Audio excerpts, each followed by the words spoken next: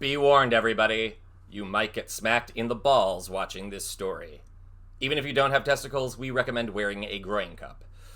Mark Cuban just punched Elon Musk and Donald Trump in their big balls.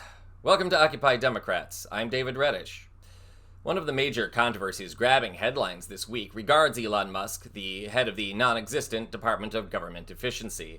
This is a new cabinet position invented by Donald Trump, ostensibly to cut government waste. Of course, the government already has oversight commissions that do the same thing, but never mind. Trump appointed Musk to the job without the Muskrat-in-chief undergoing any kind of background checks or approval by the Congress, which makes his appointment, as well as DOGE itself, legally dubious at best.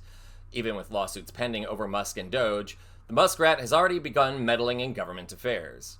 Earlier this week, of course, he locked USAID employees out of their offices and computers, claiming he intended to shut down the agency. He also appointed a team of experts to start pulling records from the U.S. Treasury. The Treasury, of course, contains vital information on every American, from dates of birth to social security numbers to income and bank information.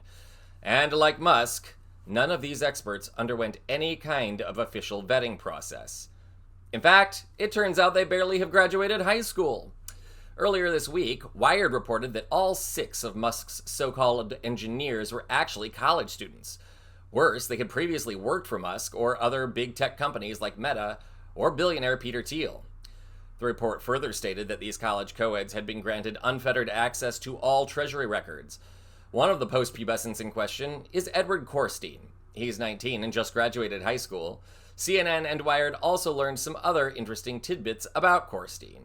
Take a look. So this is a 19-year-old high school graduate who has used the unfortunate nickname Big Balls online, so that would be one way that we could refer to him. He is now working at Musk's behest inside DOGE, and we looked into his background. And so we found several notable things, Aaron, one of which is that this individual has founded multiple companies, including one with another unfortunate name, Tesla.Sexy LLC, which he established in 2021. He would have been around 16 years old.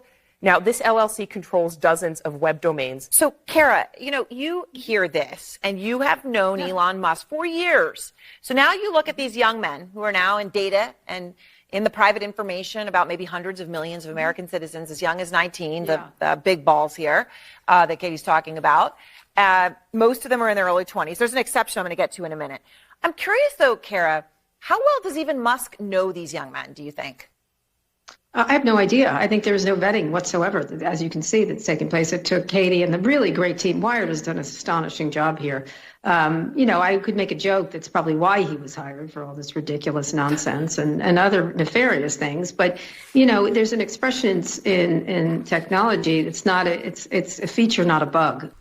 I really have to wonder how Korstein got that name. He doesn't look like he has trouble walking. Maybe he says his balls are big because he doesn't ever use them and they're like overstuffed. Well, take that as you will. Let's move on. Not long after the Wired report on Big Balls hit, another DOGE staffer landed himself in trouble. 25-year-old Marco Illes was asked to resign after racist posts on social media began to resurface. Quote, "Just for the record, I was racist before it was cool," unquote, Illes posted in July, according to the Wall Street Journal. "You could not pay me to marry outside my ethnicity," he also wrote in September. "Normalize Indian hate," he also posted, in an apparent reference to the number of people of Indian descent working in Silicon Valley. Now, with all the hubbub about Musk's mini-minions, Republican millionaire Mark Cuban has weighed in.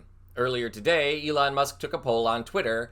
How he thinks this will be in any way accurate when he's well aware that most users on his platform are actually bots is perplexing.